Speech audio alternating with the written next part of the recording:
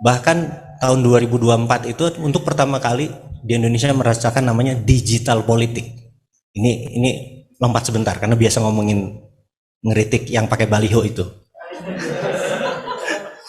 Jadi Maksudnya baligo nanti nggak ada yang lihat? nggak pengaruh. Nggak pengaruh Dilihat ya? tapi nggak pengaruh. Gitu. Jadi padahal baliho di mana-mana yang tadinya nggak tahu jadi naksir, lama-lama sebel juga nih, kok di mana-mana ada dia gitu ya. Yang Jadi efeknya malah negatif gitu. Banyak baligo, ya sudah saya nggak ikut campur. Dan ini untuk pertama kali digital politik. Jadi yang siapa yang menang di digital itu sebenarnya nanti yang Sudah ada nggak di negara lain yang digital politik begini? itu yang Kroasia, yang negara-negara yang presidennya pelawak gitu loh. Jadi aneh-aneh nih yang ke depan ini ada kayak Macron yang umur 34 tahun. Ya, ini ya Trudeau gitu ya, karena ada Macron di Perancis. Itu gayanya sudah bukan nanti kita ngomong politik. Ya. Nah, balik ke ini. Nah, yang saya mau menceritakan ini adalah berikutnya adalah ada 3 generasi yang saat ini menguasai 95% kehidupan kita. Generasi X, kayak saya sama Agim ini gitu ya. Generasi X. Kami ini suka membaca, suka menulis. Jadi sosial medianya Facebook gitu ya. Nah, mereka yang 43 tahun ke bawah sampai 25 puluhan ini itu generasi milenial. Saya merasa di sini 90% milenial nih, cuman kita doang yang kolonial. Nah, milenial ini itunya apa? Sosial medianya adalah IG, gitu ya. Dan yang nyentrik adalah yang 25 tahun ke bawah, karena itu merupakan 40% populasi Indonesia. Itu TikTok behaviornya. Jadi kalau saya tanya, siapa di sini kenal Zinedine Zidane, penyanyi Jogja? Nah, cuma 1-2 orang, ya kan? Nah, ini dia nonton TikTok artinya gitu. Gitu. Jadi lagu Ambiar Makpiar, siapa yang apa? Siapa yang bisa lagu tarian itu enggak? Atau Mendung Tanpa Udan? Nah, ini anak TikTok gitu. Jadi kita bisa ada seorang anak umur 21 tahun, viewernya 17 juta, banyak orang di mana kita bilang ini orang siapa sih, bener nggak? Karena platformnya TikTok. Nah, ingat, IG, Facebook itu adalah sosial media, tapi TikTok adalah media. Ini Anda akan saya bikin shock. Organisasi saya 40% omsetnya TikTok. Nah, gimana caranya dagang di TikTok, bener nggak? Dan sisanya adalah di sosial media. Dan itu growth tumbuhnya dari tahun kedua kami menggunakan TikTok. Nah, jadi bisa dibayangkan, Anda biasa mengiklan, bener nggak? Kebanyakan mengiklan kan TV dan lain sebagainya. TikTok Anda mengiklan hanya 10% budget iklan. Omsetnya bisa double daripada Anda mengiklan di cara konvensional. Sehingga kan profit margin Anda besar. Kalau profit margin Anda besar, zakatnya besar, bener nggak? Ngerti itunya? Ya, memang ciri cita-cita kita tuh bukan banyak untung, banyak zakat. Kalau banyak zakat berarti untung ya. Karena agak jelek, kamu pengen jadi apa? Pengen jadi orang kaya. Orang kaya belum bayar zakat, belum tentu bayar zakat. Tapi orang bayar zakat insya Allah kaya. Amin. Cocok mas? Kita cocok-cocokkan aja. Jadi kita mau cerita lagi. Nah, Anda kenal nggak bahwa market Anda itu bergeser terus? Anda orang HRD nih, market Anda bergeser terus. Jadi saya mau ceritain tentang organisasi saya. Saya punya 2 organisasi yang digital, full digital. Jadi saya mundur sebentar supaya Anda ngambil pelajarannya buat perusahaan Anda ke depan. Jadi saya nggak ngajarin, karena kan bidangnya beda-beda, tapi ambil hikmahnya aja. Nah, di tahun 2000, ini mundur sebentar, tahun 2000, saya bertiga sahabat saya. Mr. F, Mr. P, dan saya. Saya nggak sebut namanya karena begitu saya sebut namanya semua orang tahu dia gitu. Salah satu 9 naga deh. Duduk di apartemen di San Francisco, kami dari Indonesia sudah menganalisa. Waktu itu Google keluar seri C.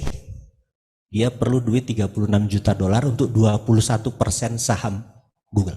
Gitu cerita. Kami berdebat selama dalam perjalanan, bahkan di hotel, di apartemen itu kita berdebat bahwa saya bilang masuk. Partner saya satu yang P ini bilang masuk. Tapi F sebagai majority shareholder dia bilang enggak, gue nggak mau. Search engine, Yahoo is the winner. Ini tahun 2000 nih. Sekali lagi ya. Search engine, Yahoo is the winner. Udah, end of discussion, kita cari yang lain. Enggak, saya bilang masuk ini berdebat. Saya bilang bisnisnya mungkin search engine biasa. Tapi saya tuh suka who-nya. Saya tuh di dalam bisnis, di dalam investasi, yang saya incer bukan what-nya, dagangnya apa. Dagang pecel, punya apa, pertambangan batu bara, itu kan barangnya. Tapi who-nya, misalnya, Agim, gue masuk. Mau dia dagang apa, ngerti nggak who-nya. Saya lihat Sergey Brin ini keren banget orangnya, bener nggak? Saya pelajari tentang Sergey gitu ya. Partner saya bilang nggak, search engine selesai, Yahoo is the winner gitu. Nah, ya karena kalah suara akhirnya kita nggak masuk. 2018, lompat nih 18 tahun kemudian, saya ketemu di lift BCA sama dia. Bro, gila ya. Dulu kalau kita masuk 21% saham Google, nilainya sekarang kan 1000 billion. Ya benar nggak? 1000 billion, 1 triliun dolar. Anda tahu APBN Indonesia berapa?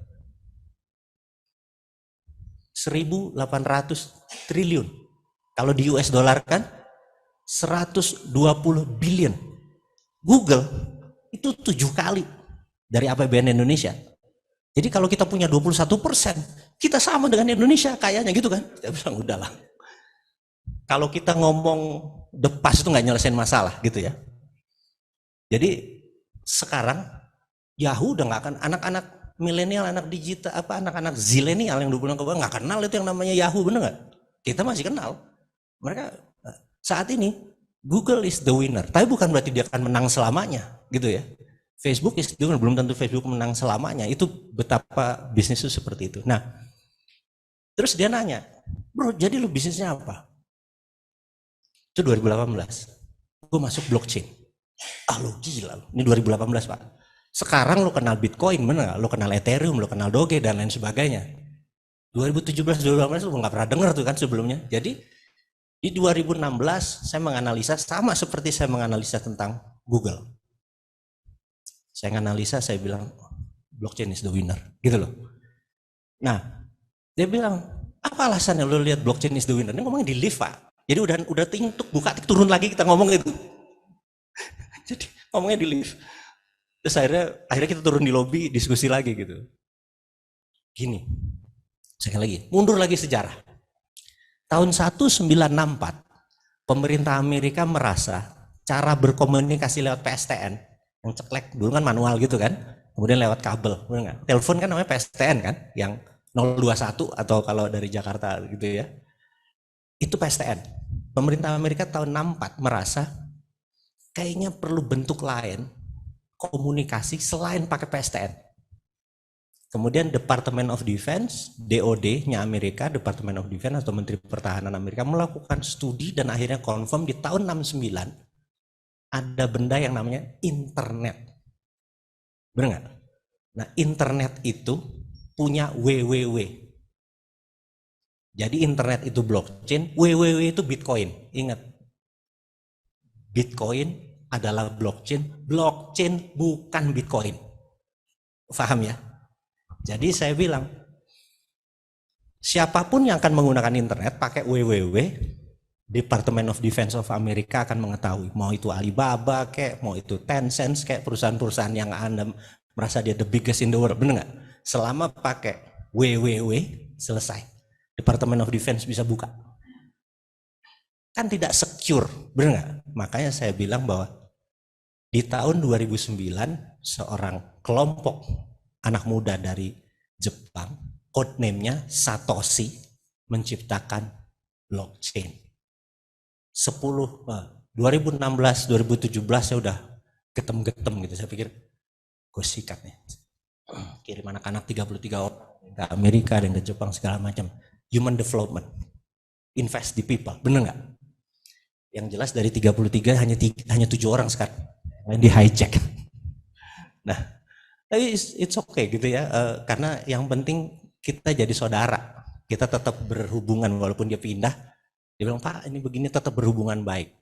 Ya karena kita sekolahin dia gitu. Kita juga nggak ngarepin sekolahin terus kita ngarepin lu harus bayar apa yang kita invest ke dia, enggak. Nah, dikit aja, sukses itu menyukseskan.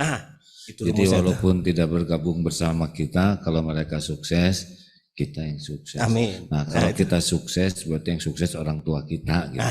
Nah gitu aja. Ya, karena itu kita harus doain terus ya. Iya. Jadi maksudnya walaupun orang pada pindah, ya itulah kesuksesan kita, menjadi jalan kesuksesan orang lain. Khairun nas anfa'uhum linnas. Semangat adik-adik. Coba kalau adik-adik lulusan SD harus ngumpul di SD terus kan repot, betul tidak? Alhamdulillah. Oke, jadi lanjut. Kita lanjut. Jadi lanjut. Saya bilang blockchain is the winner, saya bilang gitu. Nah, mulailah kita invest di blockchain. Jadi blockchain itu ada namanya mother chain. Itu ini ada sekali lagi nih, Bosman ngomong apa, denger aja dulu, enjoy aja dulu, bener nggak? Bahwa betapa hal yang akan muncul ini seakan-akan, ini apa sih? Anda sering saat ini wondering what happened, bener nggak? Ini ada apa? Ini ada apa? Bener nggak? Cung.